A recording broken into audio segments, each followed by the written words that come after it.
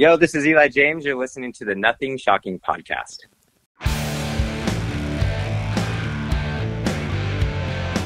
Want to know what's going on in the world of music? Then tune in to the Nothing Shocking podcast, a non-genre based, all ages friendly rock and roll program. Join us weekly for interviews with all your favorite rock stars from the mainstream to the underground. You can find us at nothingshocking.libsyn.com or anywhere you download podcasts.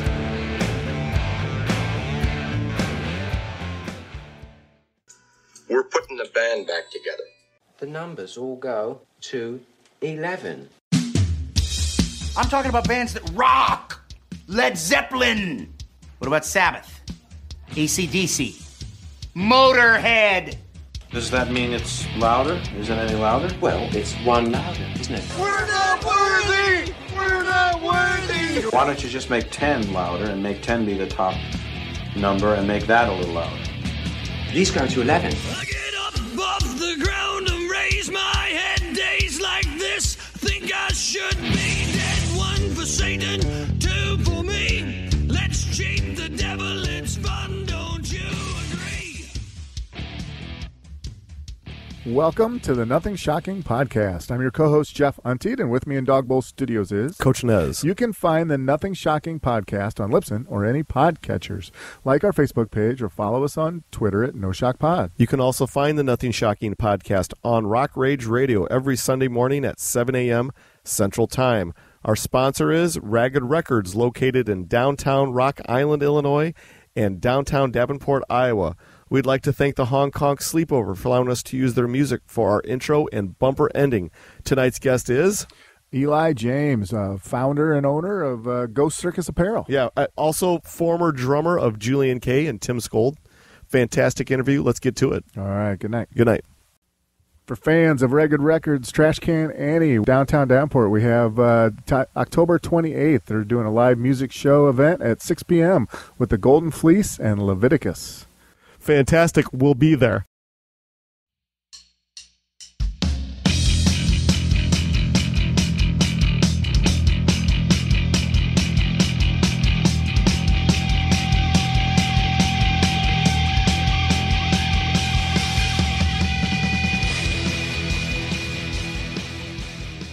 Eli, welcome to the Nothing Shocking podcast. I'd like to introduce you, my co-host, Jeff Untied. Eli, thanks for joining us tonight. Yeah, man. Good to meet you. Well, hey, thank you for all the correspondence, and thank you for your willingness to participate. Before we get into your time in the rock and roll business, let's talk a little bit about your journey into the fashion industry. Ghost Circus Apparel was launched in 2015. Can you talk more about the origins and the vision in this realm of fashion?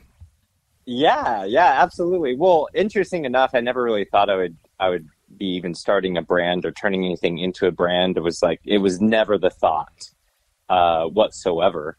It's just, especially a drummer, but as a musician, you're touring everywhere. And you want something on stage, but light enough that you can kind of move around with, and everything. And I played Animal from Muppet Babies. And, so I wanted something that I could wear on stage, and also something I would wear off stage, or if I go to the gym, or if there's a red carpet. And I hated changing a million times. So layers was always good, but I live in LA. So I'm like, fuck, how can I layer anything in LA? So it really started there. It really started, altering my own clothes. And then I was like, yeah, fuck it. Let me just make my own pair of pants. And I wanted to make some drop crotch pants. It was different. It was cool. It's kind of like yoga pants, I guess. Yeah. And I made those and made a shirt. And then people, like friends and homies, were like, dude, where the hell did you get that? And I was like, oh, I made it. And they're like, oh my God, can you make me something? And I was like, sure, man. And at first it was funny because they're like, well, how much is it? I'm like, I don't know. It takes me 8 hours to make a shirt from scratch, custom. So, and plus I have to buy all the fabric, and I can't just buy 1 yard. I have to buy 20 yards of unique fabric. So I was like, I don't know, fuck, less than minimum wage. I don't know, $60 or something. And they're like, what? That's so expensive. Are you joking? And I was like, well, fuck, I don't know. And they're like, why don't I wear it on stage and it's promotion for you. And naively, I was like, oh yeah, cool. Yeah, no worries. Sure. And quickly I realized that's not the game to play. So as I went along, I was like, shit, how do I get my friends to support the art I'm doing? And next time they came, like, how much is it for a shirt? And I'm like, it's $120, but I'll give you a 50% endorsement. And they're like, hell yeah. I'm like, really? Fucking that? I had to do like a trick on you? I couldn't just give you a fair price. Anyway, so from there, it just kind of blew up. It was crazy. It went within 3 months from Ellen DeGeneres to Marilyn Manson camp. Like, you know, I was making custom stuff for everybody. And then next thing you know, like, word got around, and then my friends that had clothing brands were like, hey, we're expanding our clothing brand. Instead of just printing on shirts, we want to make custom cut and sew stuff that we can offer on our website. Can you design for us and do production? I was like, yeah, for sure. Had no idea. I was like, yeah, let's do it. And so they paid me to do it based off sales, which luckily for me, it was great. Everything like just flew off the shelves. But that was my learning process into the actual whole cut and sew world. And so one thing turned the next. I was like, shit, I got to make a name. And I loved Ghost when I was a kid. My life's a circus. I'm like, fuck it, Ghost Circus. And then I put apparel on the back end of it. And that's kind of where it started. Oh, so cool. Jeff? Well, yeah, on your main page, talk a little bit about your fashion for the real me. Can you talk a little bit about where that comes from? Yeah, well, it's really about I love supporting artists, and I love supporting people. I love supporting like having that feeling that you feel like you're your true self. Yeah. And it's really like that was kind of meant for like, well, you know, that I want to make things that get people to feel comfortable in their own skin. And sometimes it's different, and sometimes it's like very comforting and comfortable. And so that's really where that came from. Have you? Is it just the online world, or have you thought about having like a physical shop or anything like that? I thought about it for years. I'm like, man, that'd be cool to just have foot traffic. But every time I was going to like dive into that, like something random happened or a different opportunity came, and so I started to team up with different stores and sold things on consignment. And so like on Melrose, there's like 4 stores on Melrose that we sell at. There's stores in San Francisco, and we'll do like, you know, I used to, I don't do these things now, but I used to do like trunk sales. So it'd just show up with a whole bunch of gear that I made. And then, you know, people would just squeeze into it and be like, oh my God, this is me. I'm like, okay, it's a bit small, but all right, bro. Let's talk a little bit about your crash course and learning how to sew. Talk about your technique on the sewing machine. How did it all come about? Well, it's interesting. I never dove into sewing. I never had no idea. And I was like, well, if I'm going to make something, my brother Joe who's an illusionist, and he tours all over the world. He's fantastic, by the way. But he had this sewing machine, and I was like, okay, well, let me just dabble. And I learned how to like sew together fabric, and I put it all together. But at first, I was like if I go back now from what I know now and the hundreds of thousands of units that we produced and all that stuff, I'm like, oh my God, I can't look at it because I know how wrong it is. But at the time, I was like, I was just doing the best I could. And then when I was getting custom orders from like Ellen DeGeneres and stuff like that, I was like, okay, before I do this, I knew one designer. She teaches at FITM now here in Los Angeles, but I knew one designer. I was like, I went over to her place. I was like, hey, I know we're friends. I don't need a friend. I need you to tear me a new asshole if I'm doing this wrong. Teach me what's going on. She's like, well, first off, this is all dope. Secondly, I don't know where you learned this, but it's all correct except for just, you know, I would tack this here and here. And other than that, you're on your way. And I was like, oh, shit. So it kind of came natural. Well, so cool. Well, since Ghost Apparel debuted back in 2015, I guess I've got to try to form this question the correct way. The evolution of fashion is changing year by year or within the year so drastically. So I guess maybe can you talk a little bit more about the evolution of the fashion design that you started with in 2015 into the now? Yeah, that's actually a really good question. Fashion, especially fast fashion, which I hate. I don't follow. I can't do that. I hate it, and it's like in and out, and it's just a waste in my opinion. But at the same time, you got to be relevant, and at the same time, you gotta provide what people are needing and wanting. So at first, there's this all post-apocalyptic, really cool shit that I thought was cool that I would like to wear, and then other people wanted to wear it. So they're like, I love that design. I love these designs. So for the first 4 years, it's kind of interesting. Ghost Circus actually divided into two separate entities. One is called Ghost Circus Apparel. It's what you see online. It's that website. The other one is called Ghost Circus Merch. Kind of confusing, but I wanted it under one umbrella, mainly for tax purposes, but whatever. So I divided it in 2016. As I was helping my other friends' brands, my word of mouth took off, and other brands wanted me to do the same thing. So then I would design a piece of clothing. We would get it manufactured, but at the same time, they're looking for better shirts to print on and hoodies to print on, and I became what's called a middleman. And so I was helped facilitating that. Well, that side kind of took off. So from that, in 2017, a buddy of mine, he owns Merch Connection, like August Burns Red and Dillinger Escape Plan, all these bands that he manages and fulfills their merch needs, hit me up, and he's like, yo, can you do this dye process? I'm like, I don't want to get in a dye, but let me reverse engineer it. I'll do bleach. And so I did 20 bleach products and brought it down to them. They're like, oh my God, this is fantastic. All the bands would love this. So in 2017, we did 200,000 units of bleached garments. So that all the Warped Tour, literally everybody, every band on Warped Tour was having bleaching. So we expanded into that. And as you said, fast fashion, it went as quick as it went in and went out. And I was like, shit, how do I subsidize? So I'm going to invest either in a print shop, but all my buddies own print shops. So what about embroidery?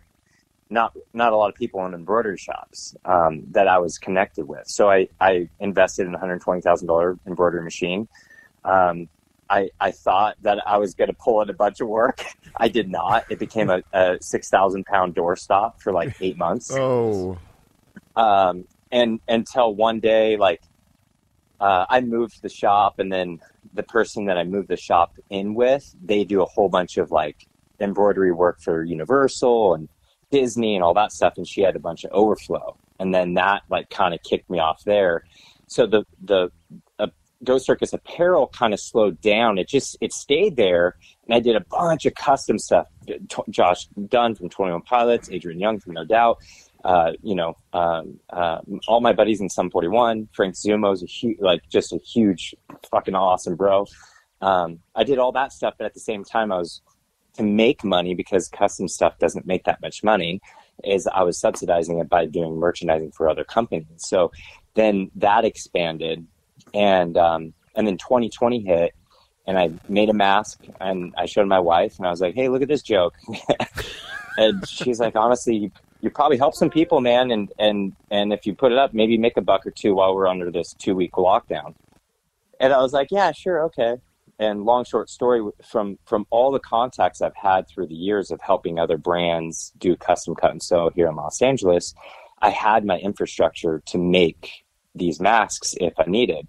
But we started off in the garage. The first day we released it, we sold 60, then 120, then 700, then 1,000, then 2,000, then 3,000. Next thing you know, we're selling 6,000 masks a day, and we're making 6,000 masks a day. So from that, it expanded into 5 different avatars under Ghost Circus Apparel. So this is where the change kind of happened, and this is why I don't chase, by the way. And I should have just, I should have put that down in stone then. But anyway, we went from 1 avatar to 5. And so you have the veterans that are all American and, support every, thing, right wing type of deal. Then you have, literally 18, 19, 20-year-olds that are just getting out of high school, going to college.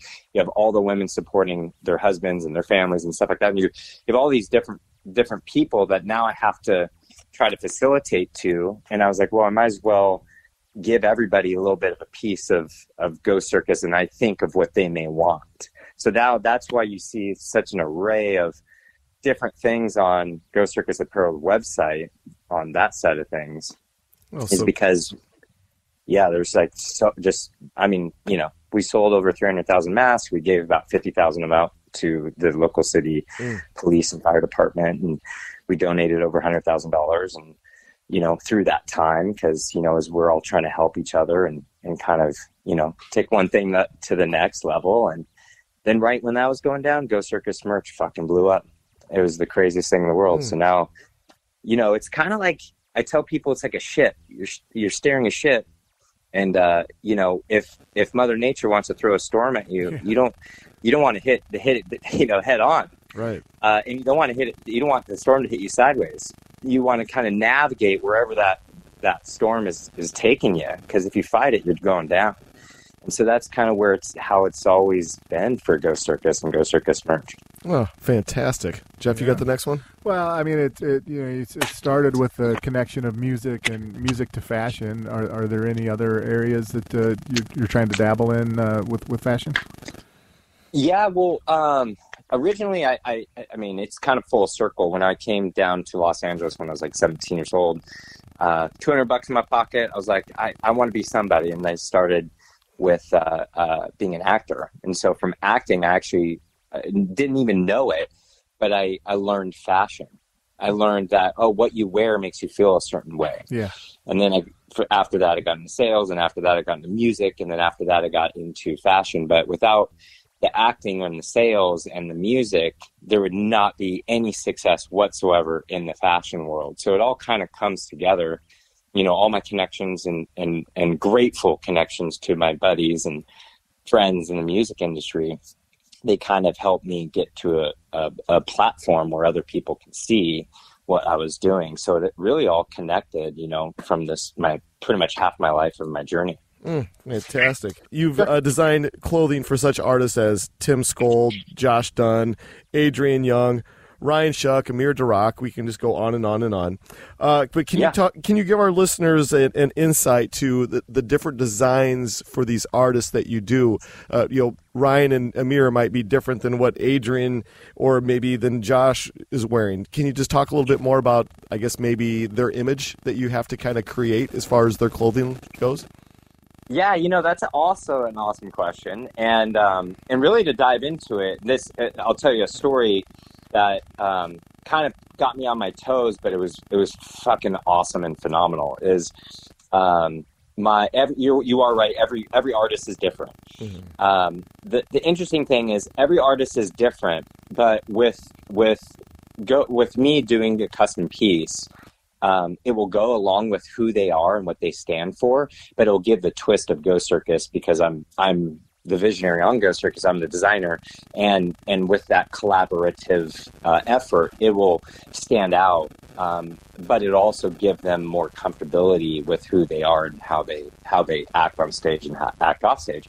So it's actually a collaborative, effort between each and every single different artist. But to go off that, Frank Zumo was up for AP Awards as best drummer. I think this is in 2017, but he came to me. He's like, "Yo, dude, I got some a fun project." I was like, "Okay, what's up?"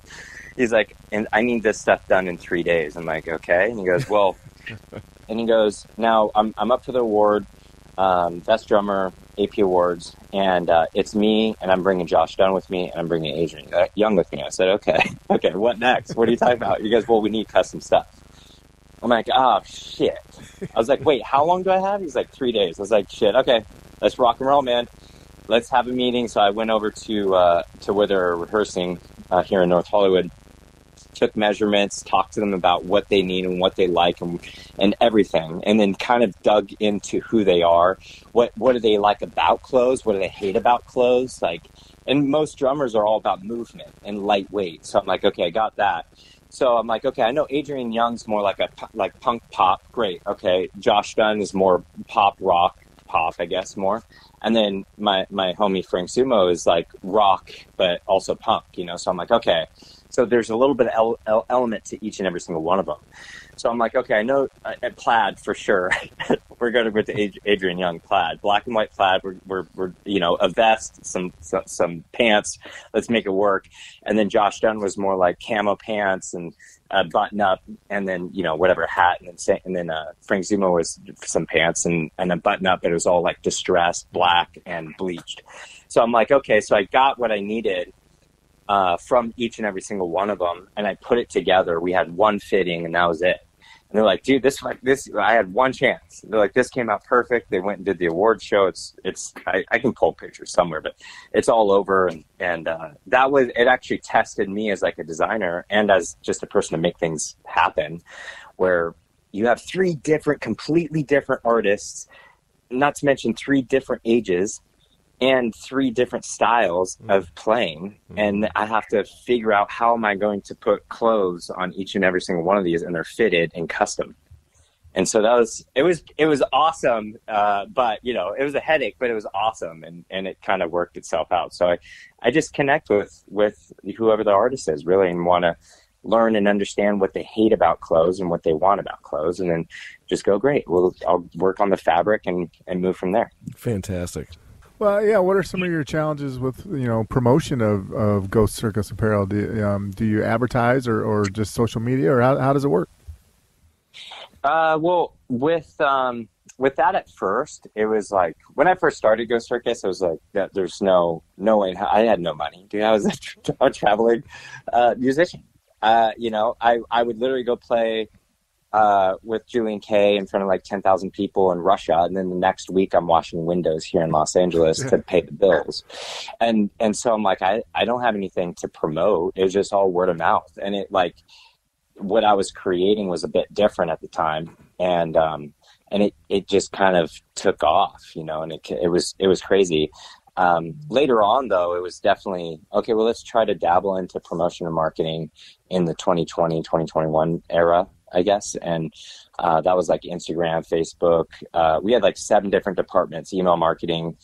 It was all on from there, but it organically grew. I never, again, like I was saying, chasing. If people don't like it, if it's not going anywhere, I'm not going to throw, life savings into something. I rather it kind of build organically. That's awesome. Very good. Well, let's get into the music now. You ready? Yes. Well, let's talk a little bit more about your story. You grew up in the Pacific Northwest. Your father was a bass player in a heavy metal band, Rottweiler. Can you talk a little bit more about your baptism into the world of rock and roll? Yeah, that's awesome. That's awesome. I'm surprised you knew that. Yeah, my dad was an 80s single father. A huge custody battle with against my mom for us brothers, and anyway, but we had to go with him pretty much everywhere he went. He had band practice, so ever since I was a kid, I remember like sleeping in his band practice while they're playing. And he would work the circuit and the scene, and it was like between Rottweiler and kind of like Metal Church were the same kind of like two bands up and coming, and Metal Church kind of went off and running, and Rottweiler kind of dissolved, if you will. But ever since then, I remember I was like 3 years old. I was like, oh my gosh, I looked at my dad's drummer and I was like, I want to do that. And the drummer was like, wait, you don't want to do what your dad does? And I was looking at him, he's playing bass. I'm like, nah, I want to do that. I want to drum. And so that's where it really started. And then through school and stuff, I've always been in, jazz band, marching band, wind ensemble, all that. And, through the years, it really kind of like music's always been a part of me. It's kind of like, it's my safe place, I guess, as an artist. And, I went away from that, a little bit, from the early 2000s to like 2006 or 7. Then I kind of came back kind of like in a full circle, and I was in a band called Little Red Radio. We're like a electronic hip hop dance rock band that would play with we do stuff with like Black Eyed Peas, Pussycat Dolls, on like LMFAO and stuff like that. Mm-hmm. So we really hit the club grounds hard, where I was the rock element and there's some dance element and then hip hop element. And it got my feet wet in that realm. And then also at the same time, my friend Sonny Moore, or Skrillex now, but he was in a band and they dissolved, and then he's like, man, I don't know what to do. And I'm like, man, don't worry about it, dude. You'll figure it out. It's all good. And I remember he was sitting right next to me at this club, and it was called Blow Up LA, and there's like 800 kids there, and I'm drumming with the Little Red Radio, and he was sitting right there, and there's this guy, Dan Cena, as a DJ. And after the show, he's like, dude, I know what I'm going to do. And I was like, what? And he's like, well, I'm going to be the biggest DJ in the world. And I'm like, yeah, man, I'm going to be the biggest drummer in the world. And we were like, we're just dreaming, Yeah. Next thing you know, he asked my brother to teach him how to DJ, and off and running he went. But that also got me in a realm of helping him. So I went on tour with him for a second, got really sick, had to get flown back and went into the hospital. Then I jumped back into music, toured a bunch with Little Red Radio. Then that kind of dissolved. Long story short, there's a lot of drug stuff going on. I'm not a supporter. To each your own, but I'm just not a supporter. So we booked a gig, and my singer booked another gig to like double booked us. And the person that booked that gig or was going to book that gig hit me up. He's like, what are you doing? You're double booking. You can't do that. You're playing the Roxy and you're going to play this other gig at the Viper. You can't do that. I was like, I know I can't do that. Who booked us? And he's like, well, Jason booked you. I was like, oh, shit. So I was like, Jason, we can't play that show. And he's like, yeah, but I want to. I'm like, yeah, well, you can't. That's not how this works, bro. Like, you can't just book a gig and just, play it under the radar. And not to mention, everybody knows everybody. And I'm the booker of our band. So let's just not bypass me and don't do that. It looks ugly. He's like, well, if we're not going to play that show, then I'm not going to play the other show that you booked. I was like, no worries, all good. So that kind of ended our relationship. But I connected with the bookers of the other place. And I was like, hey, Little Red Radio is not playing, but don't worry, I got you covered. I'll play something. Just put my name on it. Don't worry, I got you covered. So in like 3 days, again, I don't know what these 3 days are about. 3 fucking days. I was like, oh my God, okay, what am I going to do? Well, I guess I'm going to put a set together. And I got to create 2 songs and sing. I'm not a fucking singer, but I guess I got to do that. Create a light show. Fuck, okay. And I had a lit up drum kit. One of the first ones, now they're all over, but one of the first ones in circulation. There's like 1 of 3. And my buddy was a lighting designer, so he helped me a little bit on that. Oh, cool. And then I put a show together, and I was like, fuck it. And I did the show. I had no idea what it's called, did nothing. And it went fucking nuts. Sold the place out. It was like since Bordeaux and Hollywood or something, but we sold the place out. It was awesome. I was like, great. Well, I'm just going to book myself on this tour that Little Red Radio was supposed to, go on and fill in that. And that was the first tour of the Eli James Experience. After 5 of those, my name got out, kind of like, to the Ryan Shuck and Amir to Rock. Right. And, and Wayne Static, when I played for him for a second, and then SKOLD, and then I don't know who any of these guys are, by the way. I have no idea. So when they hit me up, they're like, yo, a buddy of mine told me to hit you up. I saw your video, and let's do an audition. I was like, okay. He's like, yeah, I'm in this band and this band and this band. I'm like, that's cool. I have no idea who that is. I was like, oh shit, okay. Awesome. And so I think they really liked it because it's not. I'm guessing it's because I'm not. Because of who they are, I'm not trying to get anything out of them. I'm just trying to play drums, and cool. If you want me in your band, awesome. If not, no big deal. So then I started to kind of audition for other bands and stuff, and one was like, I don't know if you know who DJ Ashby is, but he had a side project, has one, 6 a.m. and we'd hang out all the time, but he would always be like, yo, we got this gig coming up, and I'm throwing your name in there with Nikki Sixx and all that stuff. And I'm like, great, okay, cool. Then the gig would come up, and the next thing you know, Tony, who's a friend now, but Tony plays for Papa Roach. He did the gig, and I'm like, oh fuck, and I'm like, last minute, and he's like, shit, sorry dude, like management choice. And I was like, okay, no worries. But there's always those things, but you go, okay, well, let's just keep trucking. And then Julien-K came kind of right after that, and he called me. I didn't know who they were, and he's like, let's have an audition. And I was like, okay, great. Showed up on the audition, which is a long. I don't know how much time we have here, by the way, but it's a long story. Unlimited. Yeah. Oh, okay. Yeah. Well, so the audition. He's like, "Hey, let's have an audition." I was like, "Great." Friday night. I was doing some window washing stuff. I think in the morning because I have a window washing company to pay the bills, and I'm on the west side of Los Angeles. I'm going up the 405. My time slot is in like an hour, and I'm like, okay, if I get there, I'll be like 15 minutes early. We're good. Cool. I get a text like while I'm on the 405, make sure you bring your own kit. And I was like, oh shit, they didn't have a kit there. It's like, fuck, now I got to go all the way downtown. But I don't know if you guys have been to LA, but going on the 405, you got to take the 101 all the way back down to downtown, which is like almost an hour drive. Load the fucking car up, then drive back up to North Hollywood, which is another 40-minute drive without fucking traffic.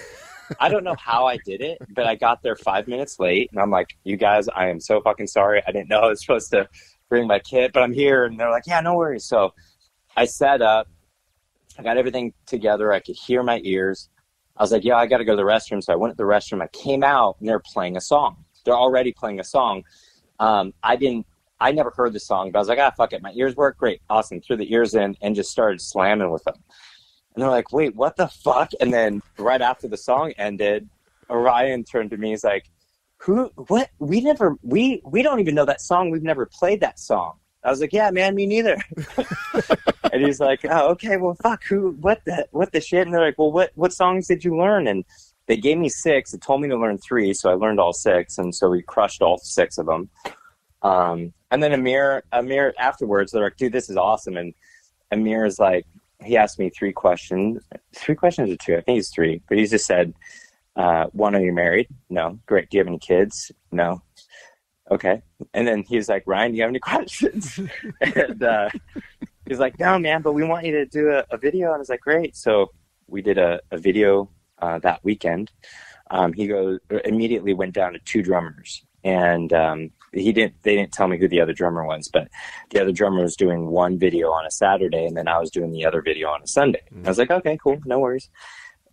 Longest weekend ever, just to get to that weekend, just because I was so excited for this opportunity. And did the video. Then Ryan's like, okay, man, we'll talk to you. That was on a Sunday. He goes, we'll talk to you on Friday. We'll let you know who we choose. I'm like, okay, another long week. And I didn't know who it was, and then I was like, Thursday just started digging, and I was like, I figured it out. It was Frank, and I was like, saw some videos of him with like Motley Crue and shit, and I'm like, okay, I'm not getting it. I'm done. I'm out. No worry. Like, nah, Frank's the fucking shit. I'm not doing it. I was like, won't even expect the call.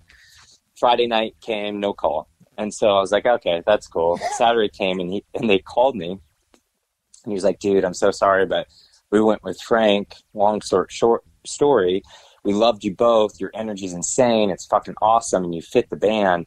But we gave the opportunity to him already, and we just wanted to know what was out there and everything like that. And I was like, oh yeah, no worries. Doors always open. And he's like, who the fuck is this guy? And he's like, that nobody's like, you're not mad? And I'm like, why would I be mad, man? Like that just, it happens. It's part of the business, dude.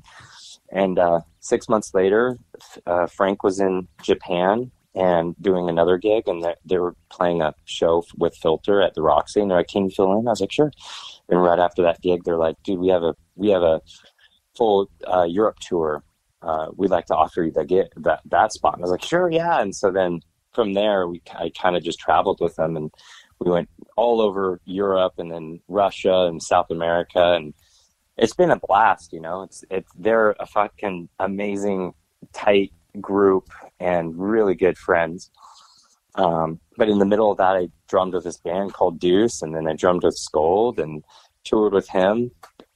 But yeah, I mean, I could talk all day long. So you're gonna have to stop me. Well, right there's a good spot, because you just kind of talked about going and touring over in Europe, and can you we've talked to a few drummers about the guys bring their guitars and their trusty basses, but it's more of a struggle for the drummers. They usually don't get to bring your own kit, and you have to use a kit that's borrowed from over there. Can you talk a little bit about that challenge?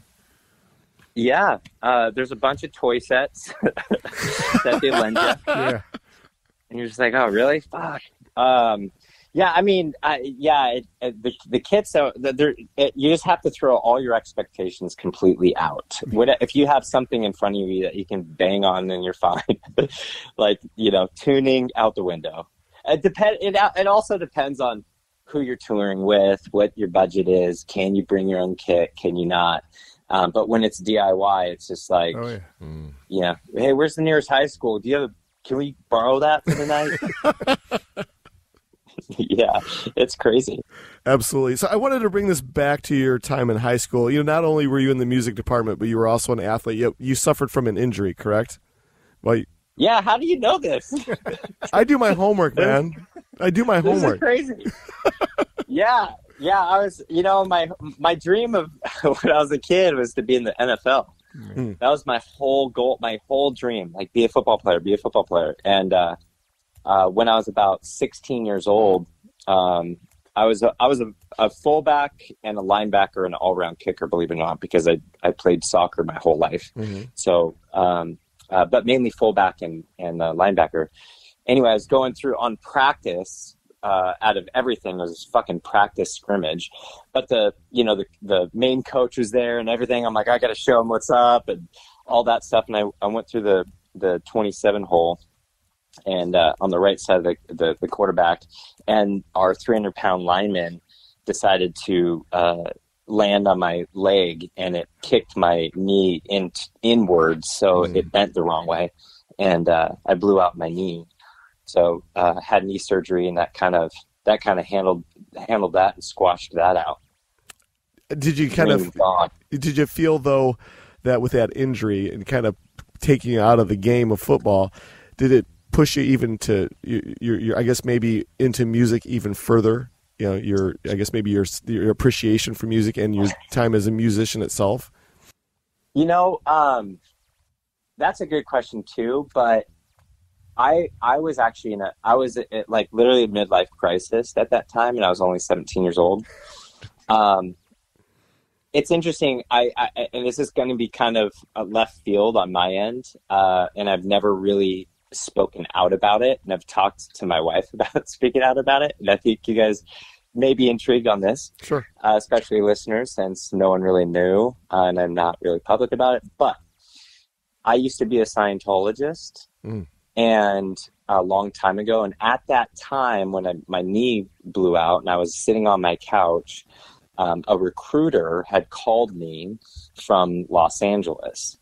And they're like, hey, your dad's here. My dad's been a Scientologist since the 70s. He's not anymore.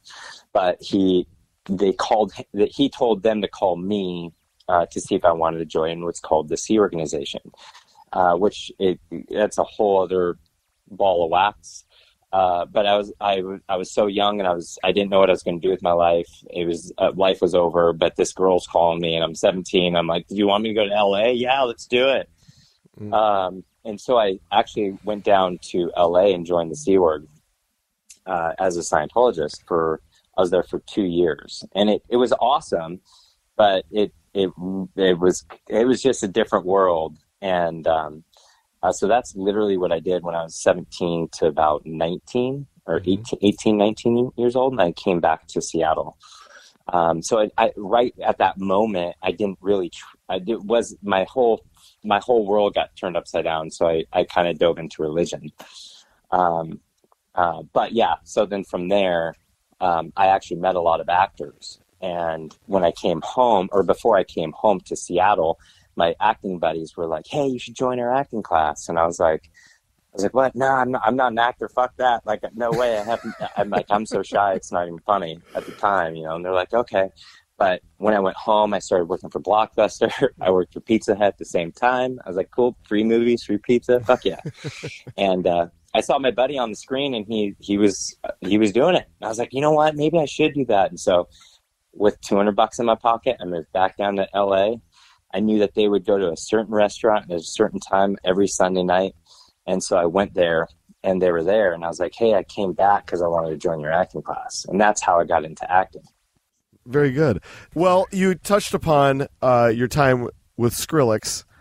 You did do some work for him as a drum tech, right, on the road. Is that correct? Yeah. So I went out and helped him and my buddy Sean Friday which is also another interesting experience because before Sean Friday got the gig, Sonny would always be like, yo, can you be my drummer? Can you be my drummer? Can you be my drummer? I was like, fuck yeah, dude. Why not? Like, I don't know what we're going to do, but okay. And then right when the tour came in, Sean had the gig because Sean just left another band, and Sean grew up with Sonny and they're best friends. So he's like, oh my God, I'm so sorry. But I was like, look, I still want to help. I want to be involved. You're a friend of mine. Let's, I'll go tech for you. Why not? So I went on the road as a tech. And when I was on the road, I got really sick. I got it was crazy. I don't know what it was. Well, I do now, but I didn't know what it was at the time. And I would just sleep all the time, and I just couldn't stay up. And I was like, guys, I'm so fucking sorry. I can't. And it was actually a really scary time because, I didn't know what was going on.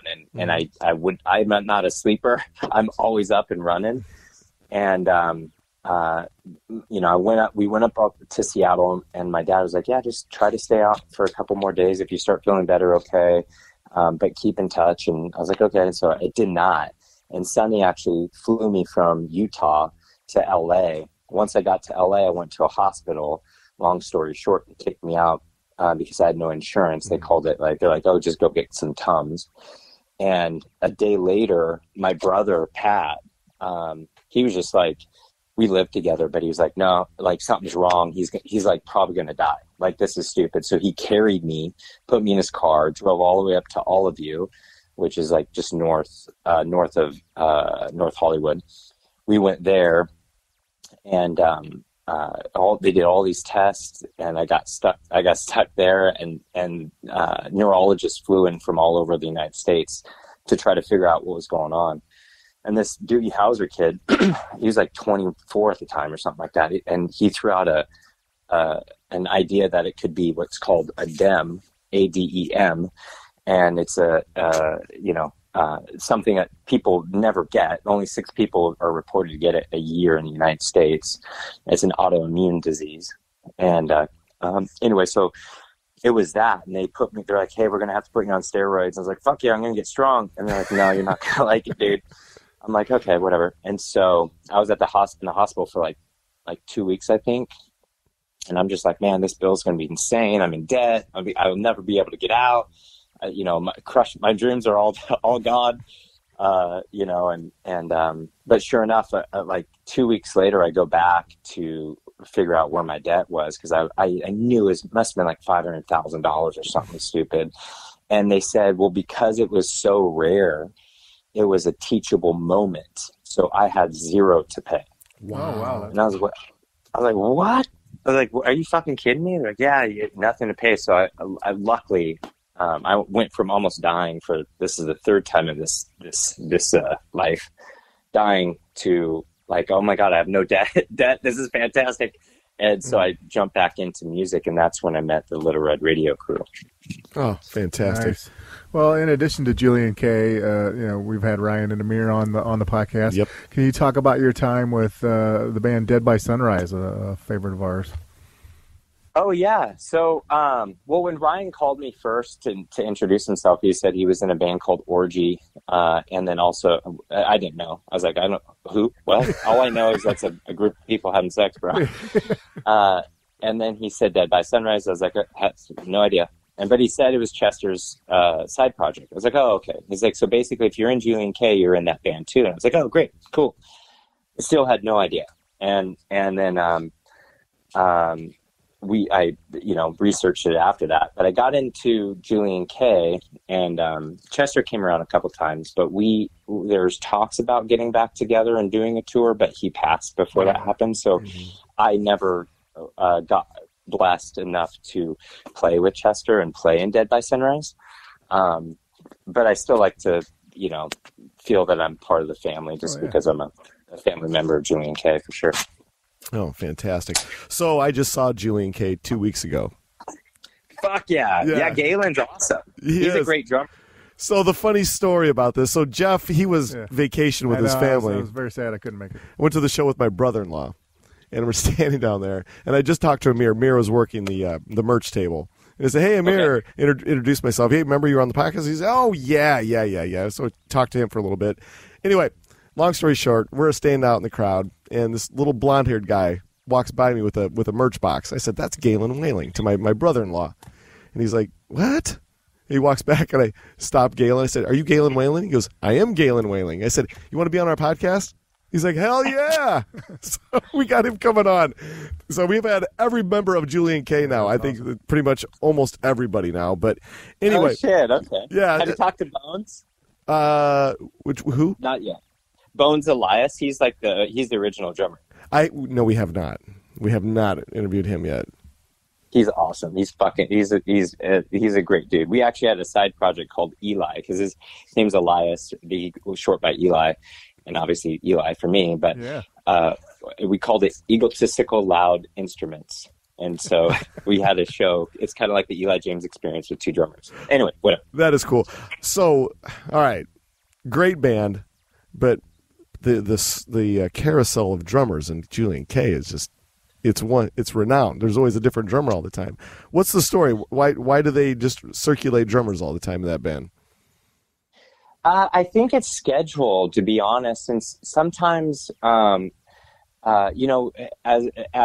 a hired gun, you're trying to pick up gigs just wherever you can. Like, unless they're going to pay you full time to sit around and do nothing until they tour and you're their full-time drummer, or that's not even them, but that's with bands and in general. But by the way, side note, this is just my take. I have no fucking idea. You could ask them. But I do know that, like, Frank Sumo got slammed and he got super busy and he was just becoming more and more successful, and he got into Cruella, then he got into Sum 41, and he was there before I was, after Bones. And, but he would come in and out, and like whatever the schedule would work out. And then, for me, I think it went to me, and then there's this guy, I think his name's Alex or something like that. And then, when I was touring with, SKOLD, I met Galen in, I think it was Canada. And it was interesting that I don't know how he got into when you talk to him, you can ask him, but I don't know how he got into the mix, but he came down to LA and he started, I think it's just, SKOLD, Julien-K, like that genre, esque is kind of the same family. And then the names of good drummers kind of go around. But yeah, I think really just scheduling, to be honest, is like, shit, okay, well, you got to figure it out. Like, how do we make this thing work? How do we make this art work? How do we get this to happen? And you can't just spend money on, it doesn't matter who you are in the band, but if you can go, hey, can you make this time work? Great. Awesome. You're the drummer. Or can you make this time work? Awesome. You're the bass player. Then I think that's kind of like, how they have to have it structured to make it make sense. Absolutely. Jeff, you got the next one? Well, yeah. So nowadays, I know the apparel business probably keeps you busy, but are you still dabbling in music? You still playing drums? Yeah, the apparel stuff keeps me busy for sure. I'm actually looking at the boxes that my drums are in right now. But I don't. I get the itch all the time. Yeah. And I'm like, the opportunities are still there, even with SKOLD and Julien-K. And if it comes, they're like, hey, we want to do something special, whatever, or do you have time for this? But to be super transparent and awesome, my heart says, fuck yes, let's go. Let's do it. I want to get back on that stage, but I run 3 businesses. I have an investment group that does real estate investments, and then I have Ghost Circus Apparel, which is the online store. Then Ghost Circus Merch, which is a merchandising company that facilitates for a ton of right now. Like the Rams is our clients, and Black Eyed Peas we recently done, nice. And Invisible Friends. There's so many of that stuff, and I haven't really been able to phase 2 into getting a person just like me into that position, so I can then phase 3 and have somebody else run it while I'm just the investor now. And I'm trying to learn that process, to be honest. So it's like, it's weird, but long short story. Yeah, I love music. I'm a part of music. I still do custom stuff for some of my buddies. So I feel I'm a part of it, but at the same time, I'm just too busy. Understandable. Style-wise, drumming style. Every drummer they all have their own style. I watched Galen play a couple weeks ago. He kind of gave me that Larry Mullen U2 vibe to a certain degree.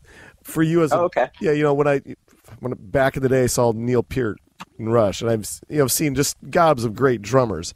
For you, who did you kind of model your drumming style after? Did you have somebody that you kind of said, hey, I like his style, I want to use their style, and I want to adopt it and make it my own? Well, that's also an awesome question. Yeah, literally, dude, Animal from Muppet Babies. No fucking joke. Now, as a technical drummer, I mean, there's so many of them. My dad's drummer, Doug Maraponi, back in Rottweiler, hands down, best drummer I've ever seen in my life. Still, hands down. And he's phenomenal. And he was 19 when they were cranking. I was like, it's just mind blowing, technically and showmanship. But I was like, I'm more of a showman guy. You know, I do studio stuff here and there, but it never really scratched that itch. So I never really technically was like, okay, let's do that. So kind of to answer the question, literally Animal from Muppet Babies, my biggest inspiration. Obviously Travis Barker's awesome showmanship wise, and he's fucking technically great. But really, when I was a kid, it really hit me hard was Doug Maraponi. Yeah, very good. Yeah. I got to tell you, 7 years ago, I saw Mackie Jason of the Cro-Mags. About 7 years ago, and I've never seen a drummer make so much noise with such less of a drum kit than somebody like a Neil Peart did. Yeah. You know what I mean? Yeah. All right, man. Yeah, it's interesting. Yeah, absolutely. So we're running out of our allotted time, though, for the evening. We were kind of unlimited, but now we're kind of limited now. So No, you're good. I get it. All right. Well, hey, we have one more question to ask you. We asked this to all of our guests, and this is the toughest question of the night from you. All right?